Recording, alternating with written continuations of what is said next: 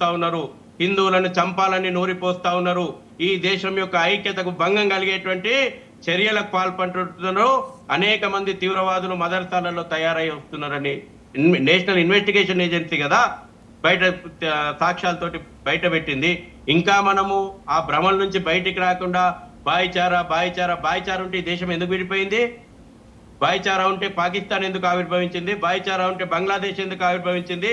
భాయిచారా ఉంటే వాళ్ళ కాశ్మీరీ పండితులు ఎందుకు ఇవాళ నడి రోడ్ల మీద, ఢిల్లీ నడి రోడ్ల మీద, ముంబై నడి రోడ్ల మీద, మీ స్టూడియో పక్కండే హైదరాబాద్ లోపల నడి రోడ్ల మీద ఈ రోజుకు కూడా 1990 నుంచి 2025 వరకు ఎందుకు ఉంటున్నారు? భాయిచారా ఉంటే వాళ్ళ పశ్చిమ బెంగాల్ లోపల ముర్షిదాబాద్ లోపల హిందువులు ప్రమాదకరమైనటువంటి నర్మదా నది దాటి 5 రోజుల ప్రతి పిల్లవాడిని హిందువు అయినందుకు తల్లి నెత్తి మీద పెట్టుకుని ప్రమాదకరమైనటువంటి నర్మదా నది దాటుతుంది బతుకుతందుకు. ఇవాళ ఎక్కడ ఉందండి భాయిచారా ఏనాటికి సాధ్యం కాదని అంబేద్కర్ చెప్పిన పాపులేషన్ ఎక్స్చేంజ్ కావాలన్నది ఈ దేశం మతం ఆధారంగా విడిపోవాల్సి వస్తే అది మనం మర్చిపోయినాము. ఇవాళ రాజ్యాంగం చేతిలో పట్టుకొని తిరుగుతాము. రాజ్యాంగం లోపల మతపరమైనటువంటి రిజర్వేషన్లు ఏమన్నారా? ఇవాళ వక్ఫ్ బోర్డ్ అమెండ్మెంట్ యాక్ట్ ఎందుకు ఇవాళ ఈ దేశవ్యాప్తంగా ఉద్రిక్తలు సృష్టించాలని అనుకుంటున్నారు? ఇవాళ షరియత్ల అమలు కావాలన్నా ఈ దేశం లోపల? ఇది భాయిచారానా? ఇవాళ కాఫీలను అంతమొందిస్తా అంటా ఉన్నారు. ఇవాళ హింసను ప్రేరేపిస్తుంది ఎవరు? ఏ మతం హింసను ప్రేరేపిస్తుంది? ప్రపంచ చరిత్ర దాన్ని దూరంగా పెట్టేసేసి ఇవాళ మిగతా ఉపన్యాసాలన్నీ ఇస్తే ఇవాళ భారతదేశం చేతులు కట్టుకొని కూర్చోవాల. ఇంతకుముందు మాట్లాడిన వాళ్ళ ప్రకారము వాడొచ్చి ఈ దేశం యొక్క సమగ్రత మీద, సార్వభౌమాధికారం మీద దాడి చేస్తా ఉంటే ఇవాళ ఇక్కడ బ్రహ్మాండమైన అందమైనటువంటి ఉపన్యాసాలు సెక్యులరిజం. ఏం సెక్యులరిజం? ఏది సెక్యులరిజం? మైనార్టీలను భుజానికి ఎత్తుకొని వాళ్ళు చేసేటువంటి ఏ రకమైనటువంటి మతోన్మాదాన్ని భరించడం సెక్యులరిజమా? సర్వధర్మ సమభావన ఎక్కడుంది? హిందువులకే ఉంది సర్వధర్మ సమభావన. అందుకే ఈ ప్రపంచంలో ఉన్నటువంటి అన్ని మతాలు భారతదేశం లోపల సుఖంగా సంతోషంగా ఉన్నాయి. చూపెట్టానండి ఎక్కడన్నా ఒక దగ్గర ఎగ్జాంపుల్. రైట్. డాక్టర్ శశిధర్ గారు, ఆ దాడిలో చనిపోయిన నేను చెప్తున్నానండి వాద్యవన్ గారు, ఇవాళ మీకు చెప్పాలా? ఒక్క నిమిషం. ఉంటే దేశం ఏర్పడ్డాక పాకిస్తాన్ లో ఉన్నటువంటి హిందూ జనాభా ఎంత, ఈ రోజు హిందూ జనాభా ఎంత? దేశం ఏర్పడ్డాక బంగ్లాదేశ్ ఒకే ఒక బయట మీరు చూడండి, చూసి మీరే మాట్లాడండి. మొన్న దాడిలో చనిపోయిన, ఒక్క నిమిషం అండి వినండి, మొన్న దాడిలో చనిపోయిన సునీల్ నతానియల్ భార్య ఆవిడ ఏం మాట్లాడారంటే, నా భర్త మీద గన్ పెట్టి వాళ్ళు ఉగ్రవాదులు ఒకటే అడిగారు, కాల్మా చదువు అని. ఆమె భర్త అన్నారట, నేను క్రిస్టియన్ ధర్మాన్ని పాటిస్తానండి, నాకు ఈ కాల్మా చదవటం రాదంటే వెంబడే వాళ్ళు అతన్ని తోసేసి అతని ఛాతీ మీద కాలు పెట్టి గన్తో కాల్చారు, చాలా ప్రొఫెషనల్గా.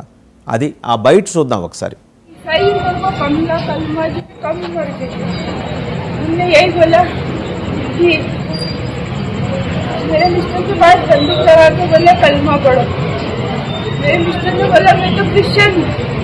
ईसाई मेरे को कमला कलमा जो भी वो नहीं पढ़ना था।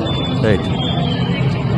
और बस इसका बोला मेरे पति ने, उनको ऐसे धक्का दिया और बंदूक मार दी बिल्कुल सीधे पे। पति ने भाई రైట్. డాక్టర్ బిఎన్ రమేష్ గారు, ఎవరు ఒక మాట చెప్పి నేను తప్పుకుంటండి. రైట్. ఒక్క తెలుగు రాష్ట్రానికి వాద్యవన్ గారు ఒక మాట చెప్పి నేను తప్పుకుంటాండి. ఇక రైట్ రైట్ ప్లీజ్ మాట్లాడొచ్చా? మాట్లాడండి. ఆవిడ అన్నది మీకు చూపిద్దామని నేను చూపించానండి. ఆవిడ ఏం మాట్లాడారు?